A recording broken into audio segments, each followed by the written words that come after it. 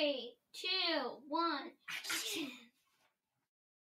Hello, and this is your host, Empathy Tales host, Victoria Wolders. I'm so excited that you've joined us today for another Empathy Tale. We're going to be venturing back into the Oak and Eagle Kingdom.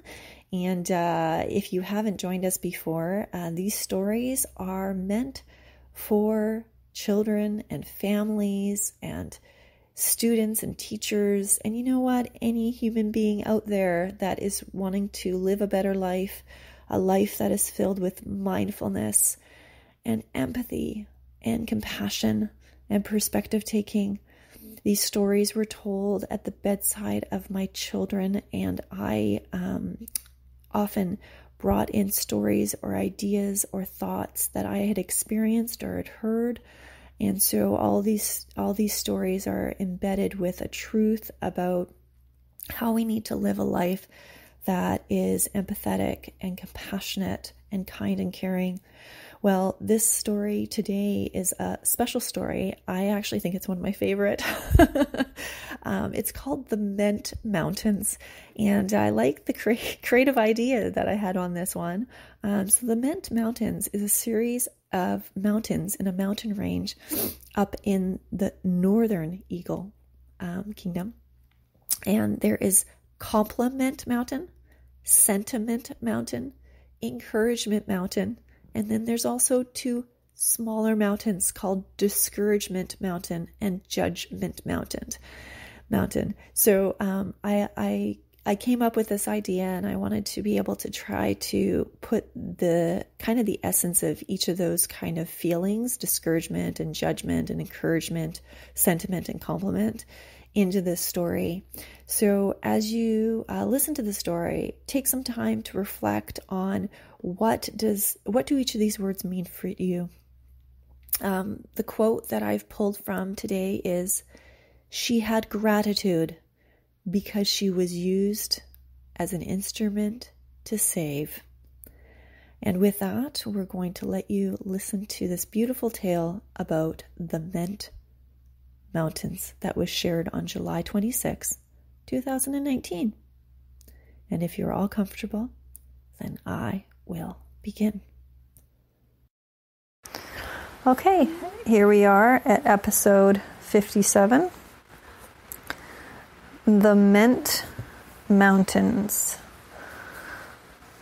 Okay, once upon a time, a long time ago, in the land of the Oak and Eagle Kingdom, in the land of the Northern Eagle, there was a range of mountains that were called the Ment Mountains. What was so interesting about the Ment Mountains was that each of the mountains had very interesting names. One of the mountains was called Compli Ment. One was called Sentiment. One was called Encouragement. And these three were the tallest and would always have the sun hitting them first. There were some lower mountains, one called Discouragement and one called Judgement. And these 5 mountains made up the mountain range of the Ment Mountains.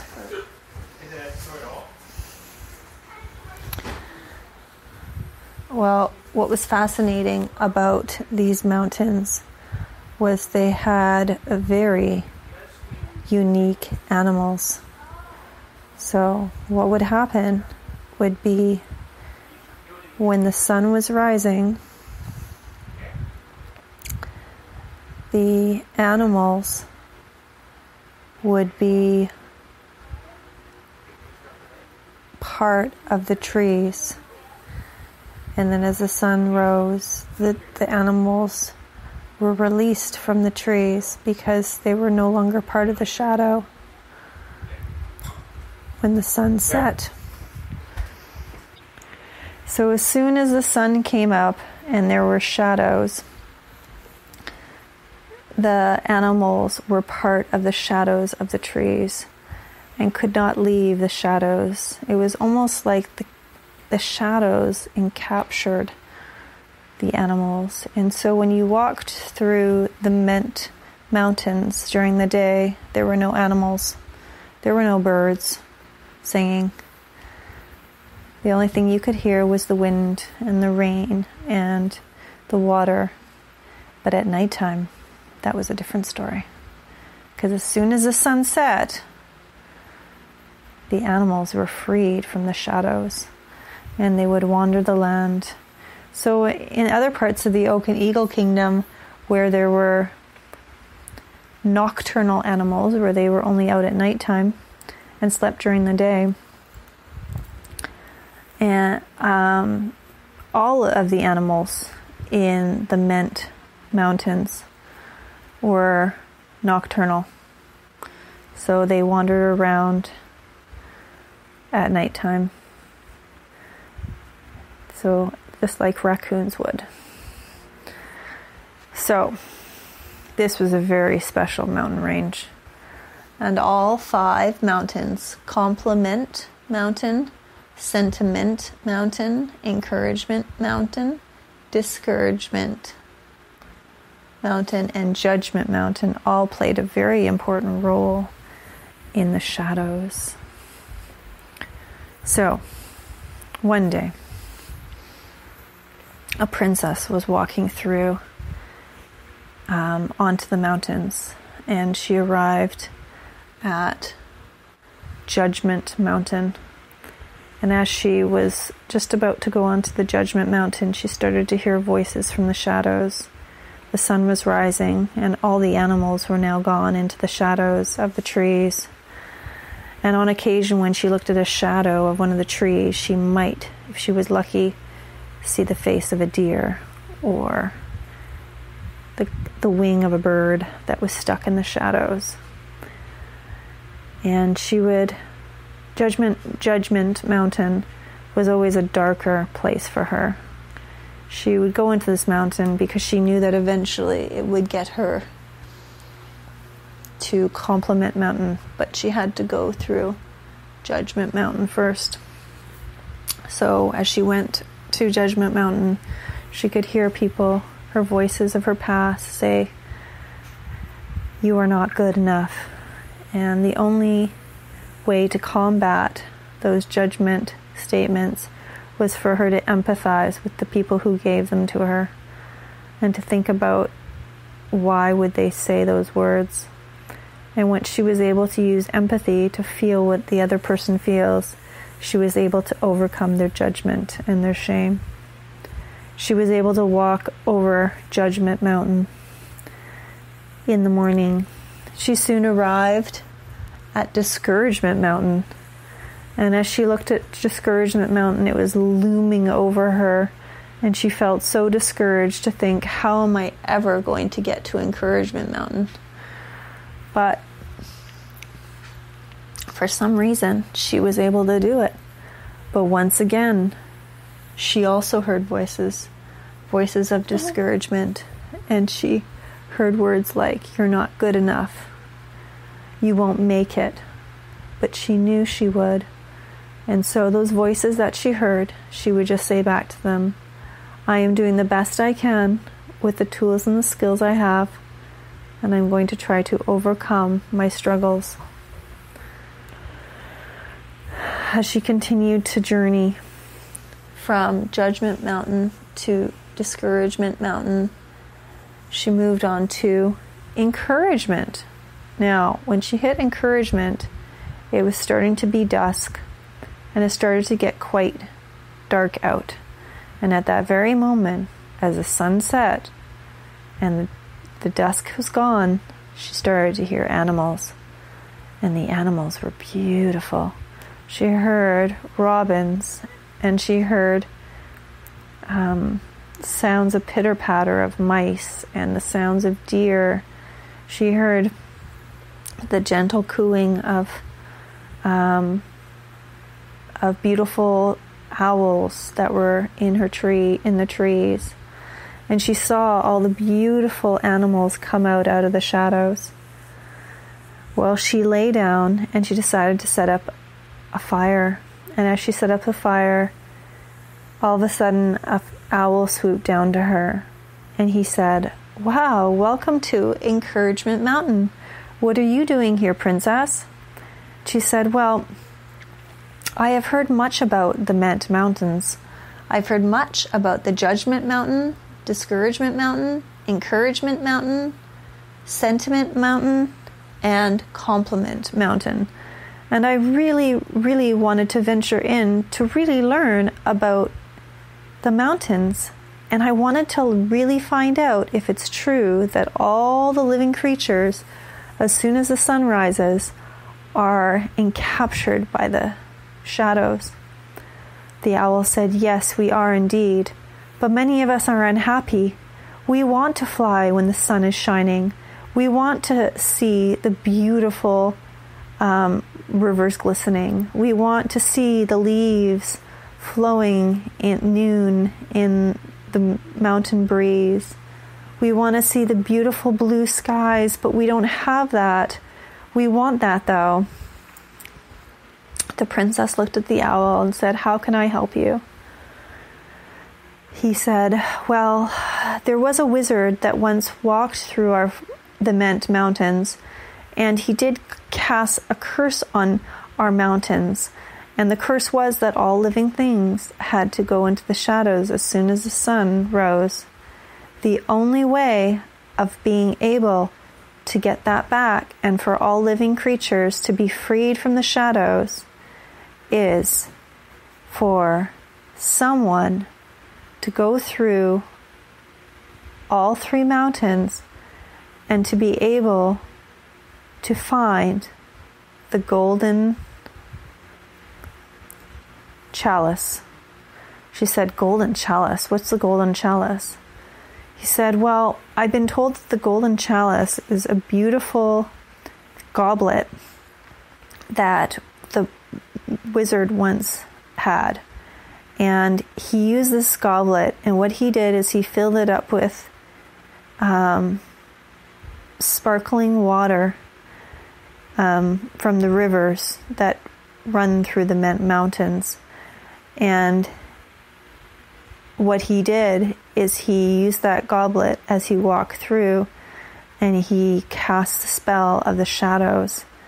If you find the golden chalice, if you lift it up to the sun, just at that point where the sun is exactly at high noon, and you are on Compli Ment Mountain at that high noon, and you say, 'May all the shadows be gone,' then all the shadows will be gone. But the person holding the chalice has to have a pure heart, has to be able to make sure that they have no shame in their heart and their heart is not hardened. Because if their heart is hardened, then all the animals will be kept in the shadows forever." She said, "Well, how do I get this golden chalice? I want to rescue you from the shadows." He said, "Oh, I've been told it's been hidden. And it's been hidden somewhere in Senti Ment Mountain." "Well, where would I find it?" She said, "Well, I was told by some eagles that there are golden flakes that are on the trail. And if you follow the golden flakes, you will find the golden chalice." So the owl flew away, and the next day she decided she was going to rescue all the living things from the shadows. And this was Encouragement Mountain. She realized that she could do this.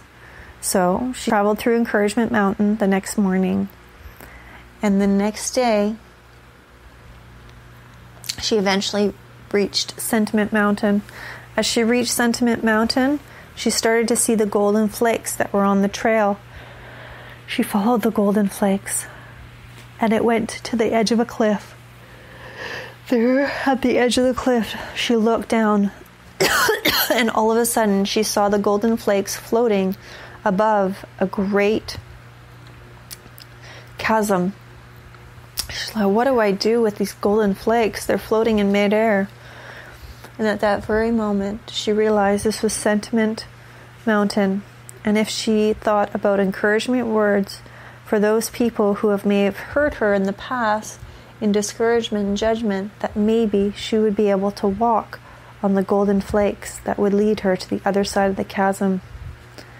So she started to think about those voices. One voice was a boy that she knew when she was younger, who told her she wasn't good enough.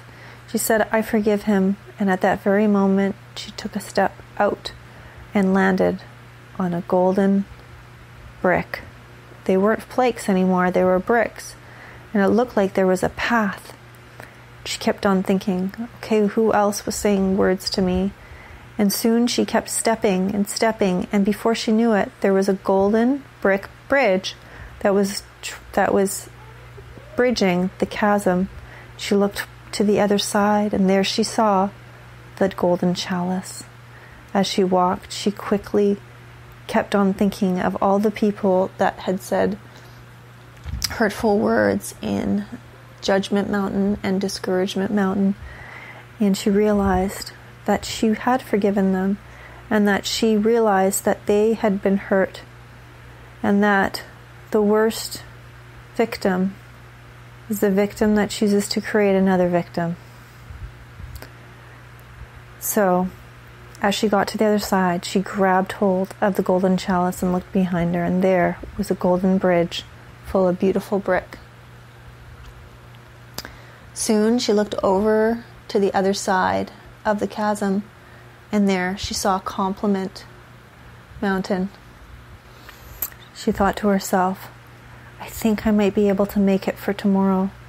So she set up camp, and that night all the animals came alive, and an eagle flew down just before she was about to go to sleep, the land of the northern eagle, and a northern eagle whispered her in mouth, "We are grateful for you. We thank you for your heart. We thank you for your sentiment. This is Senti Ment Mountain, and you will be going on to Compli Ment Mountain. I will try my best to soar through the shadows, and when you see my shadow, you know that you are getting close to the mountaintop. I believe that you will free us all." And she fell asleep. That night she had a dream that all the animals were free from all the mountains, and she didn't need to worry, and no one else needed to worry anymore about the birds and the deer and the raccoons and the owls and the eagles being caught in the shadows between sunrise and sunset. And so she woke up the next morning a little bit before dawn, and she noticed all the beautiful animals surrounding her. She turned to them and shared a sentiment and said, "I will free you today." And at that point, she grabbed the golden chalice, and they went into the shadows as the sun was rising. She managed to make her way to Compli Ment Mountain through the beautiful aspen trees. As she looked behind her and around her, she could see the shadows from the sun hitting the aspen trees, and on occasion, she'll see that northern eagle swooping in and out of the shadows, almost like he was guiding her. She managed to get right to the top of Compli Ment Mountain, and she held up the golden chalice just as the sun was at the front, and the sun cast a shadow down into the golden chalice, and all of a sudden bright light came, and she realized she was at the highest point of all the Ment Mountains. She was above Judgement Mountain, above Discouragement Mountain, above Encouragement Mountain, above Senti Ment Mountain, and here she was, above all, on Compli Ment Mountain.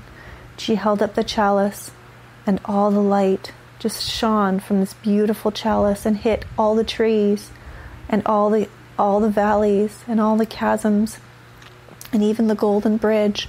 And as she looked across the land of the northern eagle in the Ment Mountains, all 5 mountains burst with life, and the animals, the raccoons, the owls, the sparrows, the robins, the owls, the wildlife, the insects, the butterflies, the moths, the bees, all came out from the shadows.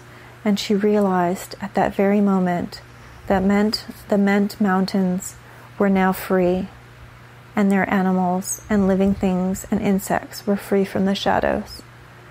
She paused and looked at the golden chalice, and she was grateful for all the good things that she was given and the gratitude she had to be able to be used as an instrument to help free all of living things from the Ment Mountains. The end. Thank you so much for joining us today. And this is called the Ment Mountains, and this is episode 57. And today is July 26, 2019. Thank you. Thank you so much for joining us today for the story of the Ment Mountains that was told in July 2019. I hope that today you'll come away with some virtues and some practical ways to be able to show compassion to other people. Well, if you have not connected with me at mykidslocker.com, feel free to do this. My name is Victoria Wolders. I am the Empathy Tales podcast speaker, creator, podcaster, the inventor. These stories were told to my children, and they are also shared with my students at my elementary school that I teach at. I hope that you will take these stories, perhaps create your own. Reach out to me. I'd love to hear your stories. And thank you so much for joining us today. Until next time, I hope you, too, will create compassion, one story at a time.